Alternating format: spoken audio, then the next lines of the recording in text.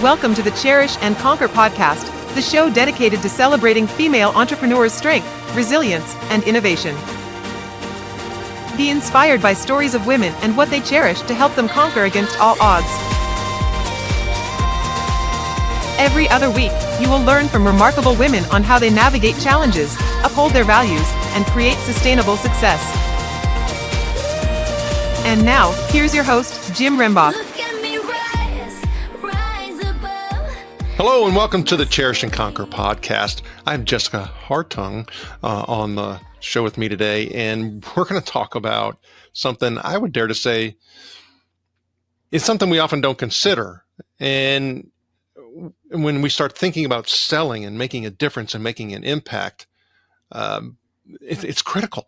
I mean, because business development is something we all have to do. And, you know, the old adage goes that, hey, we're all in sales because we're trying to sell our opinions, we're trying to sell our ideas, we're trying to sell our products and services. But, you know, how do you actually go about doing that is really where the problem is. And literally, there's thousands, if not millions, of pieces of advice. So Jessica is actually going to take and share her own personal experiences in regards to that and what she's learned along the way. So Jessica, welcome. Oh, thank you so much, Jim. It's a pleasure to be here.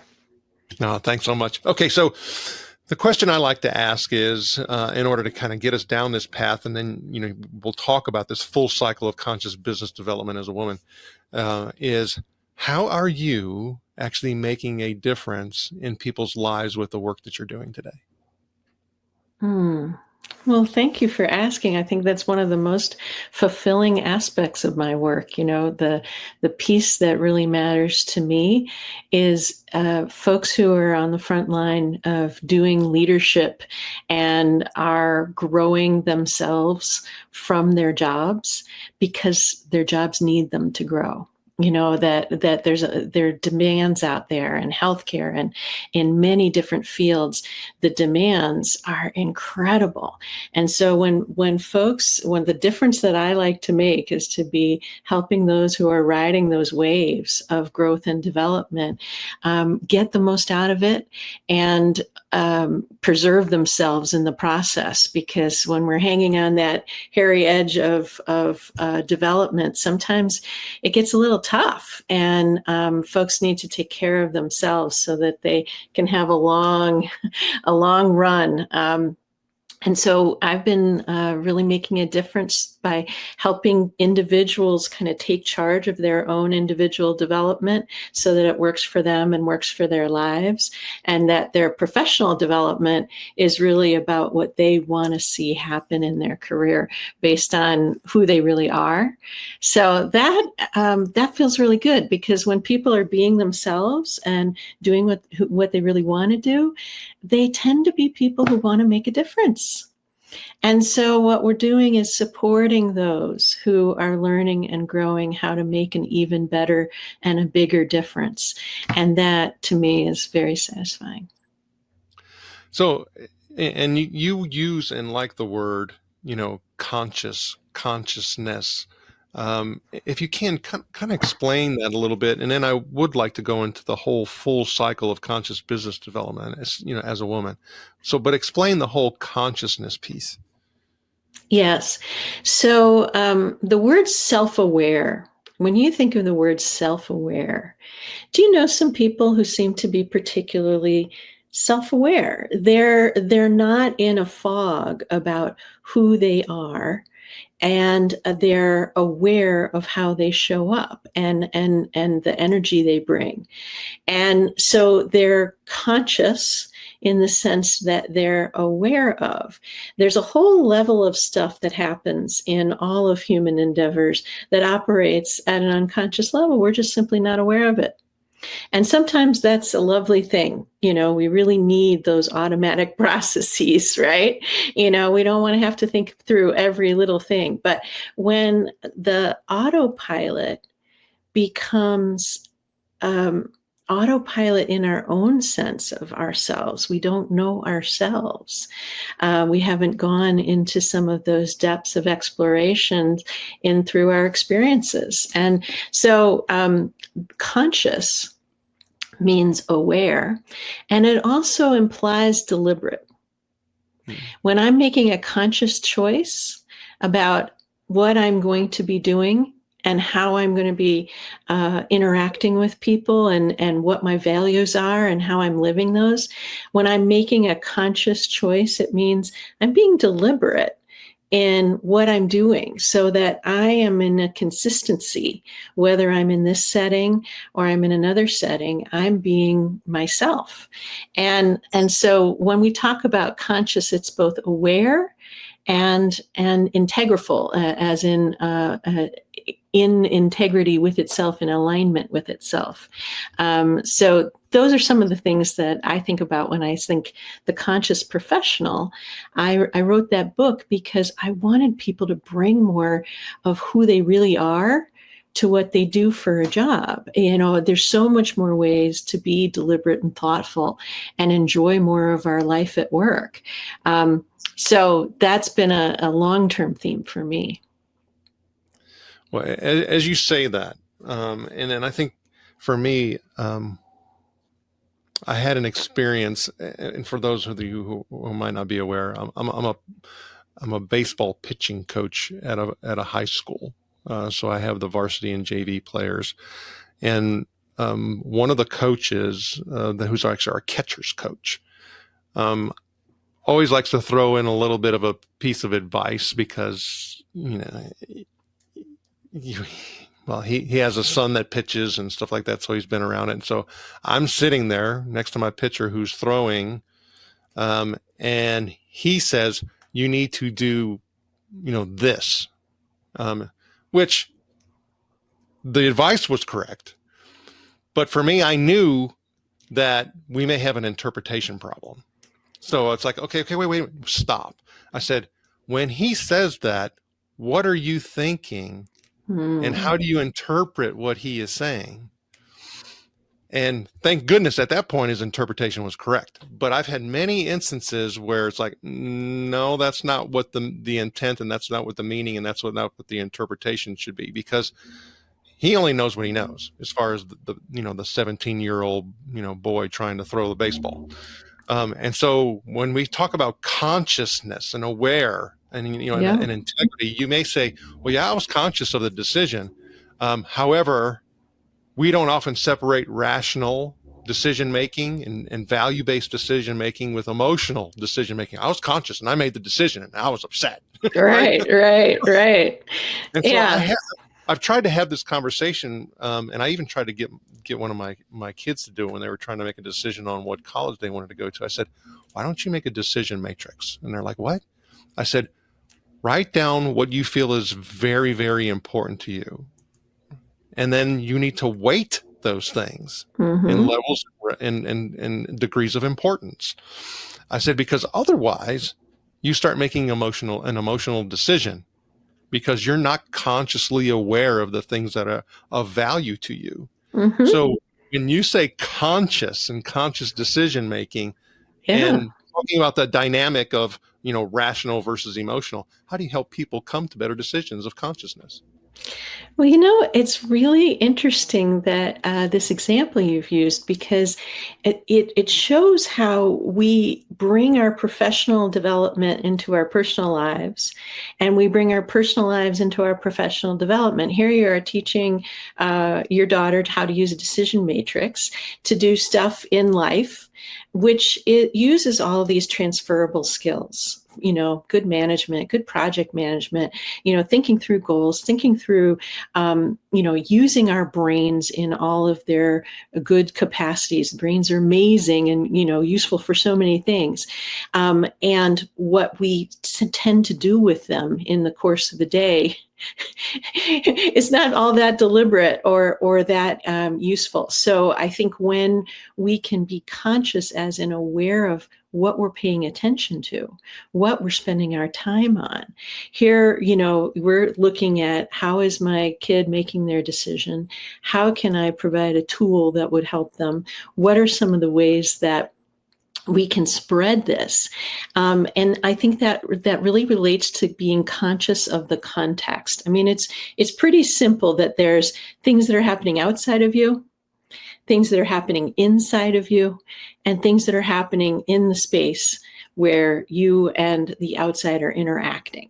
And in all of those domains, bringing a level of conscious awareness of who am I speaking to and what do they need from this interaction? What tools do I have in the whole of me, not just the ones that I learned on the job or as a parent or as a sibling, but how do I use everything I've got? And it really has come into the mission-driven folks who are naturally going to leverage everything we have towards something that, we're really trying to make happen, whether that's a small business or a nonprofit or something else that someone really cares deeply about. They're going to leverage their resources, their understanding, and their awareness. And so that ability to just sort of see a little gap like that and provide a little mentoring and coaching and instruction, what a gift. What a gift that you can see that. And there are a lot of other folks who are seeing that. They sometimes have the skills to mentor, but that's a whole area of skill building for those who are in their senior years in the career. They've been around for a while. They have a lot of knowledge. Doesn't mean they're good at conveying it. Doesn't mean that they have a way of speaking to a younger person and making it interesting. And those who are able to learn how to be a mentor and a guide, they tend to get a lot more opportunities to do that because people really need it. It's just that sometimes it comes in a form that they're not open to. Want more insights from female entrepreneurs? Get complimentary access to Marina's Army for additional tips, tools, and tactics from this episode. Just go to Mirina.ai and click Community for access. Now, let's get back to the conversation. Well, and let's be clear. My daughter was not open to it. Fair. Because when the day is all said and done, you're still dad. Yeah. No, I really appreciated the example. And, I'm just going to interject here something that we'll see if it resonates. But after I wrote The Conscious Professional, there was one chapter that we were going to put at the end, and it didn't make it in. And I decided I would share it with some folks as kind of the last lost chapter. But it was about ethics. And what I guess, really had come up for me is when we're talking about difference makers, when we're talking about folks who are trying to make the world a better place, we kind of have an easy way of putting them all in the category of honorable. And sometimes that's the case. But there are also, the title of the chapter is Opportunity and Ethics, when people aren't trustworthy. And really, how do you, as a conscious professional, deal with others who are not conscious and are, in fact, perhaps predatory? So, I think that for me, and it's not an easy answer, I'm not, but I did want to raise that, is that I don't want folks to hear inside of my optimistic viewpoint about how valuable work could be, that it doesn't have trauma, that it doesn't have deep emotional issues that come up at work, because for a lot of people they do. And often they run right up against our ethics and our values, our relationships. There's a lot of fodder at work that it gets very intense. And so I thought that it was important for folks to know that, yes, we like to think about all being humans and equal, and we have to be an extra level of conscious about what game is this person playing. Well, and I think that's even a balance within itself, because I mean, do I approach every single thing like that, and then am I too cautious and I miss out on certain opportunities? I mean, it's I think finding that middle ground balance to be able to leverage experience and wisdom, and then use it as, a calculated risk. I mean, that's where the benefit is. And I'll kind of tell you a little bit of a joke. Well, at least it's become one. When my wife and I first got married, we just celebrated our 30th a little while back. We went through thank you. We went through to a financial advisor, and he gave us a risk assessment. And we took the risk assessment. He came back after about 15, 20 minutes, grading it and stuff. And he looked at my wife and he goes, "You're more risky than he is." And she goes, "Ain't no way." She's a CPA. "Ain't no way that she goes, something's wrong with that test." And he goes, "Oh, I'm afraid so." He goes, "Because for you, when an opportunity actually presents itself, you're too cautious and won't take advantage of it." Wow. So it's being able to leverage the knowledge that's available to me, and in a conscious, separate out the emotion and rational, and, do all of that, to be able to assess, the risk of something, but you've got, and you can't take forever to go through that process. Right. And even seeing opportunities, when we're looking from the perspective of how does this grow an industry, how does this change pieces, there isn't a zero sum that if you're taking advantage of that opportunities that others are missing out. I think looking for and creating opportunities that have that goodness built in, it really takes it to another level. That's very true. Okay, so I want to make sure we do dig into, though, the full cycle of conscious business development as a woman, from startup through growth, succession, and exit. So, yeah, I really want to talk about this because I've seen a lot over the years. So I started my third company in 1998. Before that was Macinteach, which was a Macintosh training and development company, and that only got a few years in.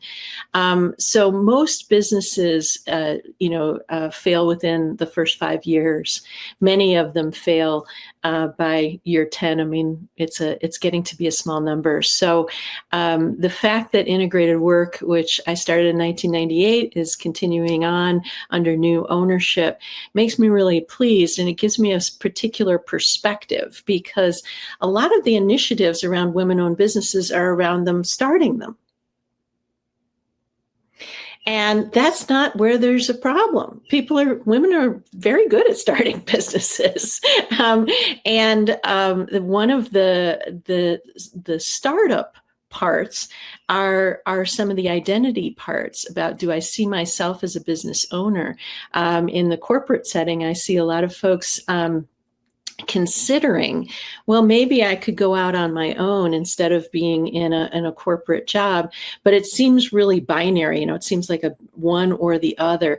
And yet there are many sort of gray area opportunities where folks consolidate efforts and form companies in collaboration, or strategic ecosystems of businesses. So there's lots of different gradations on that range. But for the entrepreneur, being able to decide that you're a person who owns a business, that's a real identity shift for a lot of us. And I think there's a good reason for it. It was only 50 years ago that women were not able to have credit cards in their name and sign on loans. So there's a reason why identity-wise, we ourselves and others also have a kind of we have to see women businesses not just as startups, because when you're in that category of startup, you don't have a lot of power. You also are in the kind of Scrabble mode. So as you move past startup into a growth mode, different types of biases and issues come up. So one of them is that a lot of the professionals that I spoke with, accountants, lawyers, consultants of various kinds, I did some financial modeling. I had to educate them about how conscious businesses are run so that they could do their professional job in the context that I needed it. this was really hard. I had no idea how hard this was going to be. But it's like fighting from the inside for conscious business, because when you hire an HR consultant and you say, well, this is how we do it in my company, and they say, oh, no, you can't do that. That's not the way the state law works. You have to make some choices about how to be inside of all the legal aspects, but also to the spirit of your corporate culture. And so blending those, that's a part of growth. And what I really notice about this is a part of where women-owned businesses and the growth of women-owned businesses starts to influence industries outward. Because we're talking to folks and saying, no, we're not going to do it that way anymore. We want it to be this way. This is more respectful, and this makes more sense. So policies change, benefits change. You hear now about grandparent leave. Those businesses that have a corporate culture where they take that seriously are then influencing upward into the benefits world. So some of the other aspects of women-owned business, especially as they get into growth mode, it's not each individual woman-owned business that becomes a force. It's the collective. So then looking at succession and exit, I just have to tell you this part because it was fascinating. As a woman-owned business, I'd grown this business myself. My husband was 10%. I was 90%. And we became certified as a woman-owned business and had federal government contracts. What happens if you need succession planning and you have a federal government contract to a woman-owned business? Well, I think we really want to think about that. So there's the spirit and the letter of how that works. And what was really important to me in a succession planning was really hard for other people to understand. They couldn't understand why I had to do the things I had to do because they wouldn't see the context in which I was operating. And, okay, maybe that's a context that not many of your clients have yet dealt with, that they've gotten to the point where you have a woman-owned firm that has contracts because she's a woman-owned firm, and now we're looking at succession and eventual departure. So one of the things that was really important was understanding the valuation side of it, understanding our own values as a company, so that when we brought in somebody who shared those values and could help sculpt those values, they were able to take the company into a new chapter with new different types of development. And even just the difference in our ages, I was 8 years older than her. The difference in our sense of capability, what we were networked into, what supports we used. She grew up at a time when a lot of women entrepreneurs were talking to each other and growing, businesses together. I grew up at a time when it was more isolated and everybody was kind of on their own. So even inside of women entrepreneurial cohorts, if you will, there are differentiators, and that's happening as our whole society is changing. And now with the changes that have happened post-COVID, where there's, I was originally going to write when I came in the end of 2019, and I came back to work from home, and I was going to write about conscious professionals at home, and how we are influencing outward from our houses into our families, into our communities. And that was before we all came home and had to stay there for a couple of years. So it's even more so now. But in any case, I wanted to share that process of figuring out how to have a succession plan that speaks to my values and that the real specific needs of this context, there's not a lot. And it's not the same for other companies that would look to sell a company. The ways they would look to maximize their profit would have diminish the value of the company, just even that in that process. So it was a big eye opener for me, how much education I needed to do so that the professionals could really be helpful to me. That was priceless because a lot of the struggles that, regardless of founder gender, um, experience, is in that transition from startup to growth. That's one thing. And we essentially, from a society perspective, have always talked about, the exit. And some people will say, well, I'm not interested in doing that. I just want to, have my little, business here and run it, as long as I can. When I don't have to do it anymore, I can just shut it down. That's fine and dandy, but that's not always the case. That happens. I mean, sometimes some things click, they take off. It's a big determination about a transferable enterprise or no. So there was, about 12 years in, I think it was about the time that I made that choice, is this a lifestyle business that will never be owned by anyone else, or is this a transferable enterprise? And when you reach that juncture and make that choice, there are, pretty different paths that ensue from that choice point. Yeah. So the whole lifestyle and transferable piece, there are some key elements and practices that have to take place in both of those. Otherwise, Exactly. You're going to go crazy. And I would dare to say you probably have a wealth of experience in regards to that. So you still have to look at doing this regardless. Because I think part of that struggle and that transition piece is also where we start getting into taking on the responsibility for every single thing and getting overload and burnout and, the whole self-care thing. I mean, it's a downward spiral effect. But then, you even, when you started talking about the whole exit piece and certain elements associated with that, we do know that valuation can dramatically shift based on what the organization has done all along the way. And if you are sitting, for example, 20 years out, and now you're trying to make it a transferable business, as if you've been around,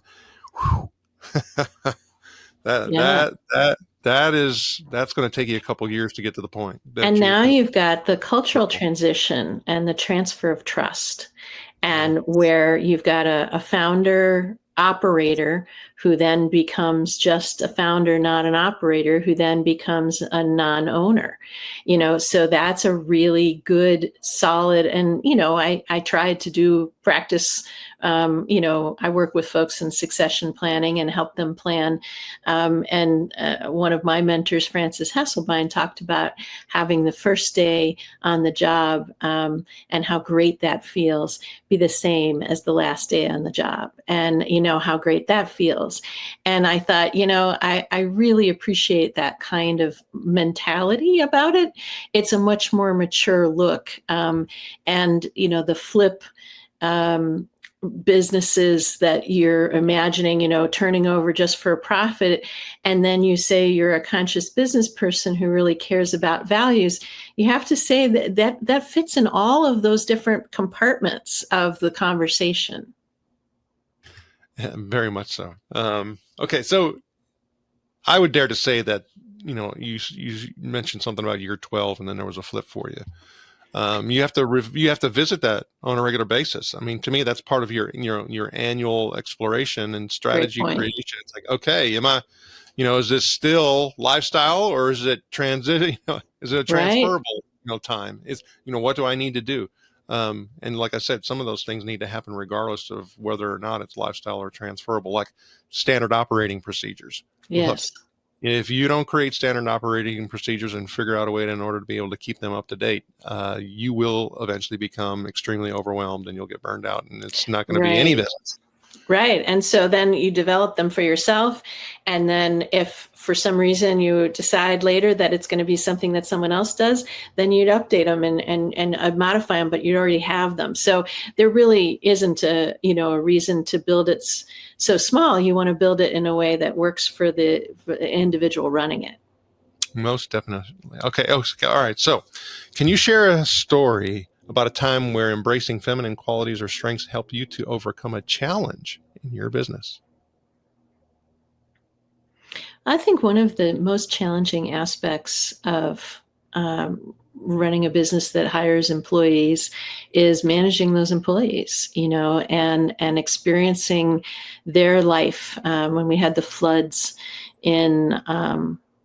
2013, one of my employees lost their homes, and others were, evacuated for a while. And, so how do you as a business deal with that? And I think that as I would think about it from a feminine perspective, is you're taking care of folks. I'm cooking them dinner. I'm having them come in and use the shower at the office, and I'm doing things to support them in their lives because they're employees and I care about them. And that was a little bit of a different approach. Not everybody, it sort of took even our accountants some time to get on board with oh yeah, this is part of how we do business. There's nothing going wrong here. This is everything going right. This is what it looks like when we are really caring for our people. So, I mean, how does that extend, and how does that connect? And you thinking about, the inspiration of operating a business, starting a business. You talked about multiple businesses. How does that align with the concept of cherish and conquer? Well, the first thing that is one of the principles for me in business is that we're all humans and we're all peers in this experience of being human. So we're going through life as peers. And when you choose to see it that way, lots of other things seem to make sense. And so when I think about cherish and conquer, as a woman, there are many things that we cherish about the quality of relationships. And it's not a feminine only quality, but it's an important piece. I'm looking out for the growth of my employees, just like I'm looking out for the growth of other people that I care about. So you're cherishing an employee, the relationship between an employee and employer is a lot deeper, and it's a lot of work because you care so much about those folks, and you want to help see what's next on their path. And how can the work experience here provide for them not only a wage in return for their labor, but also a developmental path that makes for a better life? And because talent development is really my field, and workforce on the job, workforce development, where I see it actually happening. It's not so much in training sessions. It's when people are doing the job and experiencing the challenges. So that's why I think the other part about conquer is let's grow as we go. Let's grow as we go, because each of these phases, I got us to a certain point. Someone else takes the baton and takes us to the next point. I was benefiting from many other people who wrote down their lessons or shared their lessons with me so that I could start from where I began. And I think when we see ourselves conquering in a long term, what are we conquering? Probably our own limitations, limited belief sets, and the challenges that we face. Certainly, there are some people, as I mentioned in my chapters, who are not trustworthy. And it's true. There's some people who are not trustworthy of all genders. And we are conquering by being able to continue to make a difference, to be optimistic about the possibilities, and also to be conscious and aware that not everybody is operating that way. So we can choose how to be the way that is consistent with our values. And I really appreciate that workplaces have a discretion, like you can spend some time thinking about and working on your values when you're thinking about, how do I show up? How do I conquer my own, self-leadership challenges? So those are the ways that I see it relating. I appreciate you sharing those perspectives. I mean, you hit on trust and trustworthiness, and I'd love to get your thoughts on that, because when we may have different interpretations when we say people aren't trustworthy. Are they not trustworthy because they have a developmental, opportunity, and that they haven't explored, the connections with their values and all of those things, and making the right decisions? It could be an age thing. It could be a background, an environment thing. But when you start talking about trust, how does that manifest itself, and what are your thoughts on that? I'm really glad you asked that. And for listeners in this particular session, if you send me an email at jessicahartung.com, I will send you a copy of the last lost chapter as well as the first chapter.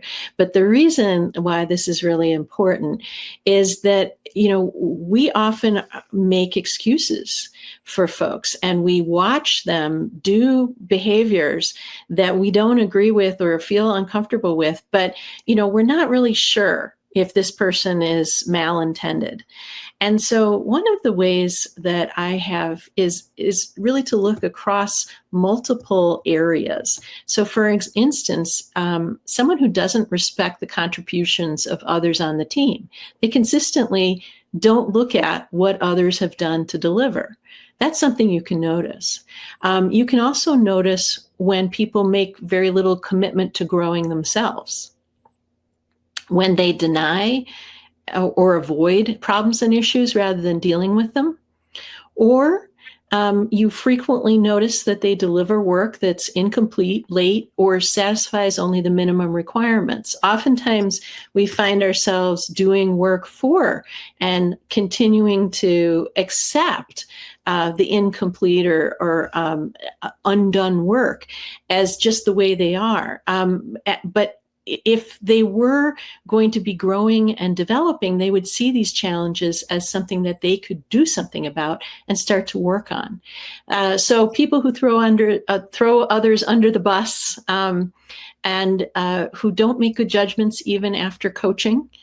And, I think that the real kind of kicker is when you notice that someone is manipulating things to be in their own best interest that is not in the company's best interest. That's a pretty clear indicator that you have somebody who is not worthy of your trust, because their priorities and whatever they're using to make their decision matrix is not got the same things on it that you have on yours. And so you just want to be aware of that and not trust them to have your values in their decisions when they've shown repeatedly that they don't. Thank you for sharing that. We might have to talk off mic. Fair enough. Well, Jim, I hope that this has gotten at some of the things that you most wanted to hear about in terms of this podcast and what you want to convey. I was really thrilled to see that it was focused on how women have been breaking barriers. And, I found the books on my shelf are filled with women examples about building companies based in love, there's some excellent work, Margaret Heffernan, on a bigger prize around, the difference between competitive versus collaborative work. So I think that, gender aside, the feminine qualities of seeing some of the holistic understanding, the part where I'm most interested in the development of what is coming, the future of things, is in the ecosystem view, because I'm now saying, like one organization, that's like one person, that's like psychology. And business is really a lot more like sociology and ecology, where it's different businesses of different types interacting in ways that create benefit in the whole. And so when we can use ecosystem strategy to build businesses, we can be managing the impact, not as an afterthought, but as a part of the essence of the structure or the foundation of the business. And I think that's possible now. It wasn't possible previously. When I started my company back in 1998, people thought I was nuts, right? These ideas were not how folks, really, people told me, you're doing it wrong. That's not the way business works. Business works, the way that they had in mind. So we've come a long way. Well, and as they say, we've just got started and there's a long way to go, right? So, let's build upon and share the experiences of somebody like you who's, been a pioneer and a trailblazer and, helping the next generation. And same thing, as far as I'm concerned is, it's an opportunity. I've always been, focused in on the underdog. Talking about my wife in 30 years, what I don't share very often is that she was in a car accident when she was 8 years old, and she's been a paraplegic ever since. Oh. I've seen, unfair things occur, and it's just not right. Goes against my principles and my values and things like yes. that. And so, you sharing these things is, critically important. And I still want, you to share a few other things. Like, for example, when you start talking about your business practices and the decisions you're going to make, even talking about, the acquisition, all of those types of things is, how does all of that align, or how do you keep it aligned with your core values and your ethics? How do you make sure that those two things stay together? One of the biggest tools is not accepting that it can't be done. So when I started the process of trying to figure out how to transfer ownership, we had a lot of different discussions about that before we ended up on something that was workable. And, the first 3 or 4 people, male and female, just had different ideas about what should happen at this phase. And they weren't wrong. They were just different from what I needed. And so it was really hard to find folks who would listen long enough. And I, of course, don't have their area of expertise, in law or business valuation. So I can't tell them about what their role is and inside of that, but I need to orchestrate them on similar goals and values. Like, we're all operating on this same principle, and that getting everybody operating in those same principles is really hard. And it takes a lot of explicit time. And with all those folks, time is money. So you do have to pay your professionals to be to educate them to meet your needs. But I think that they also found it interesting. So it worked for them too, like those principles. But on a technicality, one of the things that we found that really worked for the business transfer was something called redeeming shares, which I didn't even know or think about. But in essence, after all the agreements and the various other things were worked out, in essence, I resigned and redeemed the remaining shares, and then did that in such a way that it was possible. We didn't have to have any bank financing or anything. It just was a loan from the company over time. So that created a very friendly, if you will, transfer of ownership, so that, everybody's invested in the success of the firm going forward. Thanks for sharing that. So for those of you who are getting close to that exit, maybe need to look at redeeming shares, right? Yeah, it was something new for me. And when I spoke at University of Colorado, we were talking about this. One of the senior students raised his hand and said, "I've never heard of that." I said, "I'd never heard of it either." That's the thing, is you can't stop learning, because when we have new new issues because we're thinking about business in new ways, then we want to be bringing their values first, and then the mechanisms serve the purpose rather than our purposes having to fit inside of these mechanisms that don't work. Enjoying the show? After joining Marina's Army, subscribe and share the Cherish and Conquer podcast on your favorite platform. Thank you. Now, back to the show. Yeah. So, I mean, and some people may refer to that as, like out of box thinking, but it's a little bit different than that when you actually start getting into the whole thinking process. It's being, congruent, versus Exactly. And so the exploratory and all of those types of things. And so when I look at, where you are and where you're going, I'm going to look forward to have you going through our breakthrough blitz, which is our rapid fire questions. So, are you ready to actually go through? You've helped us a ton with a lot of breakthrough insights. Are you ready for the breakthrough blitz? I'm ready for the blitz. All right, here we go. So what's your favorite productivity tool or app?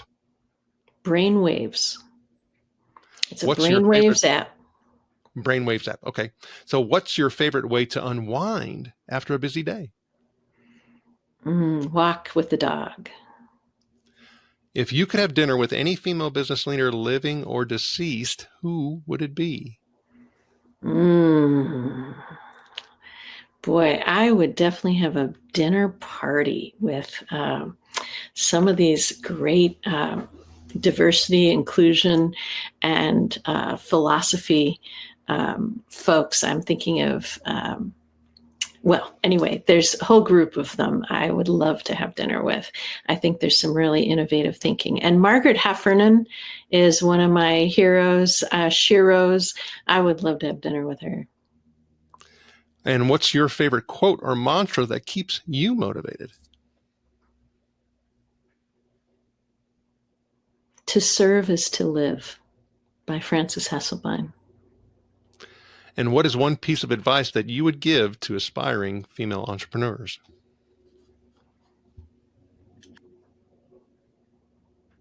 Your authentic ambition, what's genuinely true for you, is unique and valuable and worth it. This is my last breakthrough blitz question. So what's the biggest misconception that people have about being a female entrepreneur, and how do you address it in your own experience?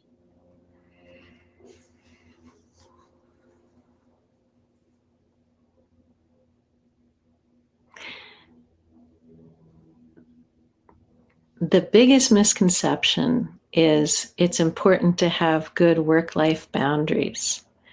And the way I address that is through integration. It's important to have great work-life integration that has a flavor that you, just the way you like, the morning coffee with the emails, if that's what you like, the conversation with the husband over, strategy or whatever it is. It's a unique combination and integration of work and life. Jessica Hartung, I appreciate everything that you've shared with us and are still yet to share. But if you could, for now, please share how the Cherish and Conquer listeners and watchers can connect with you. Oh, yes.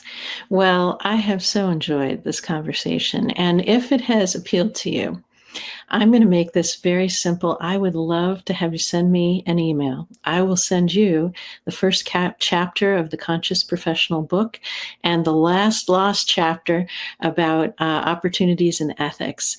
I, at this point, am just happy to have emails. I can handle that, and it's fun to connect with folks individually. So feel free to do that. It's just jessica@jessicahartung.com. And I've been doing some speaking about the book. I've been doing some book clubs with organizations, and that's just really been a fun way for me to bring into an intact organization these ideas. And so, anyone who wants to talk about that, I enjoy that very much. Jessica Hartung, thank you for sharing your knowledge and wisdom, and we wish you the very best. Thank you, Jim. Thanks for tuning into the Cherish and Conquer podcast from Marina. Join our community of trailblazing women at community.marina.ai and get access to exclusive resources, checklists, and guides. If you found value in today's episode, please rate, review, subscribe, and share it across your social platforms. See you soon, and remember, barriers are for breaking.